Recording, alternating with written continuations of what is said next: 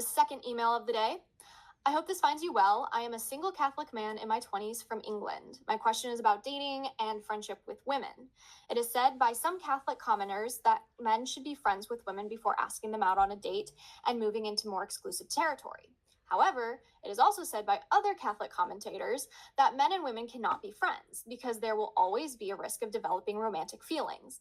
So, if men and women cannot be friends, but one ought to be friends with a woman before asking her out, what choice is one left with? Also, if the need for prior friendship is absolute, surely women are thus bound to suspect men who want to be friends as in fact trying to pursue a romantic relationship.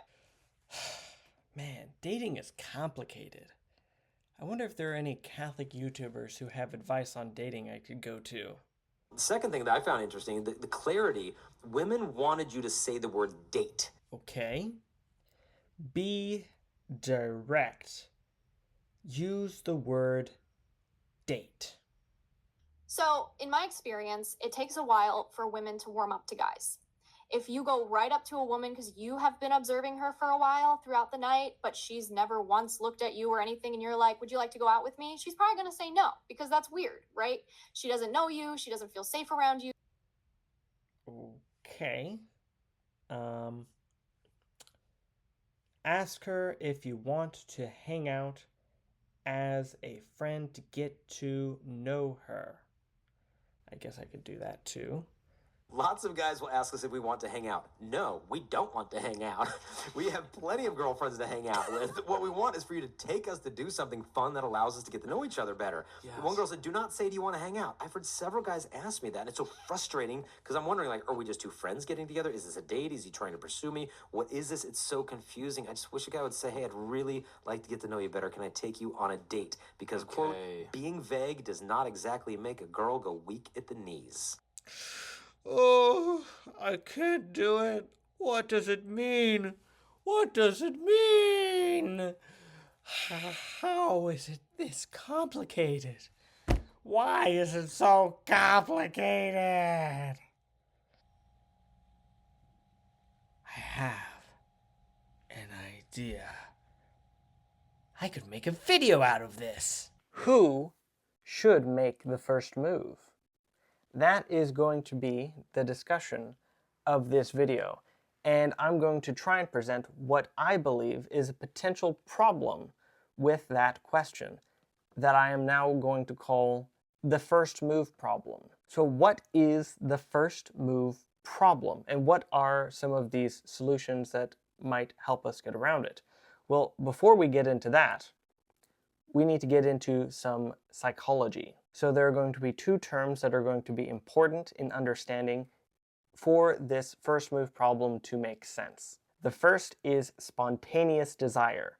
Now, spontaneous desire is more common in men than women, and it is the phenomenon in which an individual becomes sexually aroused or excited without any or with very little provocation. It kind of just happens. And this is probably the foundation of that old wives' tale or urban saying that men think about intercourse every 7 seconds. There is some truth to it. The other phenomenon to look at is kind of the complementary version of spontaneous desire known as responsive desire. Of course, this is more common in women than in men, or at least plays a much larger role in a woman's arousal and romantic interest than it does a man's. And this is a kind of desire that comes about in response to some form of romantic initiation by another party. So this is the typical, wine and dine, flower petals, love notes, romantic activity as romantic attraction. Someone does something very sweet, and so that makes you more romantically interested in them, right? It is an interest that comes about in response to some activity being done to you. And I believe that this is the general reason why men ought to make the first move. In a kind of why I think in a vacuum, all things considered, men ought to make the first move. Because men often have spontaneous desire, they are literally the first party to usually have a romantic interest. And so because they are chronologically the first person to be romantically interested, it makes sense that they would be chronologically the first individual to make some kind of romantic gesture. But there can be an issue when a man experiences a kind of spontaneous desire without the woman being responsive to that desire. In other words, what happens when the man asks out the woman too early? This leads to what I'm calling the frustration cycle. Now, this is just something I've put together. It might be all in my head. It might not have any bearing at all in reality. Leave a comment down below if you think the frustration cycle is a real thing or if I'm just overthinking it. But this is the cycle in a nutshell. Men often hear that we need to be direct and clear with women with our intentions, right? We should be the initiators and we need to be direct about what we want. Okay? Don't say, do you want to hang out? Don't say, do you want to come over and chill? We say, okay, would you like to go on a date? Clear, direct, right? But I often hear women say that they would rather get to know a guy as a friend before forming a romantic attachment, before dating, before getting asked out. And this makes a lot of sense. Women have that responsive arousal, and so they are usually not interested in guys very quickly. So, in response to this kind of feedback, I think it makes sense for men to have the disposition of trying to be friends first, as a general rule. However, this leads to men not asking women out on dates because they're trying to just be friends. And this leads to the problem of women then experiencing men not taking initiative, not being direct and clear, not asking them out. And so there is the vocalization that men should be more direct. Men should take the initiative and ask women out. Then, of course, the cycle begins again with men asking women out, women saying they'd rather be friends first, men not asking them out, and then women complaining no men are asking them out, and so on and so on and so on. Now, this is not necessarily meant to be taken as a situation occurring between individuals. This is more to be a kind of sociological phenomenon that I'm trying to explain. I'm trying to explain a unique reason as to why many men who are direct and clear with women are found to be off-putting to women. Probably, if you were to ask out a woman and she says she'd rather be friends, that's equivalent to a no, until it's no longer a no because of responsive desire. Maybe they'll change their mind, maybe not, who knows, that's their business. So this is not made to be a kind of representation of some individual situation. Again, this is meant to be kind of like a attempt to explain sociologically why men who normally would be direct in asking women out might be choosing not to. So what are some solutions to this frustration cycle? So one clear and obvious solution is to try and tweak the process of being friends first. So the main issue with being friends first that was brought up in the frustration cycle is men not asking women out after being friends. Now, one way to get around that is to just do it, to just try and pick up some vibes and shoot your shot and just see what happens. Now, the upside, of course, is that this keeps the man as the clear initiator of the romantic contact, and it provides both parties with more information about the other, specifically so that the woman can be more comfortable with the man and maybe have time to have that responsive desire drawn out. But there are some big problems that can easily arise in this situation. The first is that if a guy really just wants to date you and he is being friends first, that can come across like playing games, right? That's being indirect and unclear with your intentions. And men are usually pretty bad about hiding our intentions because our emotional intelligence is shockingly low compared to the emotional intelligence of the average woman. And so this can lead to men coming across as creepy because they're being obvious in the fact that they're interested in a girl and trying too hard to be friends with her in order to ultimately just date her in the end. The second issue is that this can require a lot of time investment on the part of the guy. Often this friends first mentality can lead to potentially months of wasting time just to eventually shoot your shot and figure out that she wasn't interested and was never really going to be interested. And then, of course, the obvious issue is that this can lead to men just being stuck in the friend zone. You try to be friends first and be a good friend, and all of this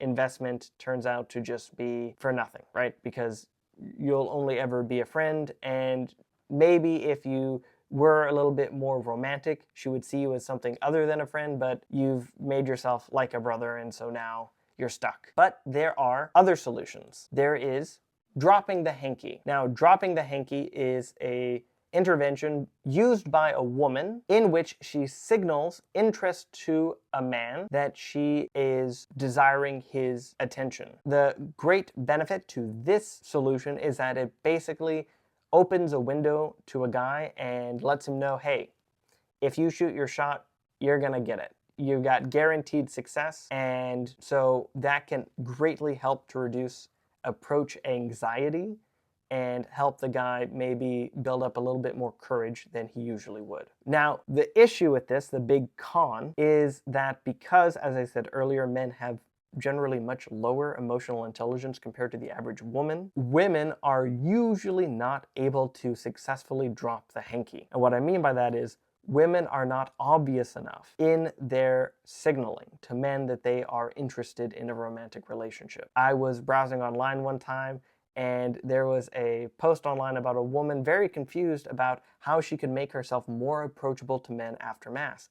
And her current method was, and I kid you not, to go peruse around the pamphlets stationed in the Northex and just kind of hope eventually some guy would come up and talk to her as she's perusing pamphlets. Now, maybe that will work. And honestly, there really aren't a lot of good ways to ask someone out before or after Mass. So I guess that's as good as any other way. But that signal would not indicate to any man that you are interested. It's just not a large enough and loud enough signal to show up on most men's radar. Now, you could do something much more bold and outgoing, like simply just saying, do you want to ask me out? But the issue with that is that I think most women, like men, have a lot of approach anxiety and fear when it comes to being so open and direct about how they might feel toward another person. And the other issue is that many women also feel like being so direct and being so forward is assuming the man's traditional role in the initiation of their romantic relationship. And so there's a bit of a dilemma there where women have to kind of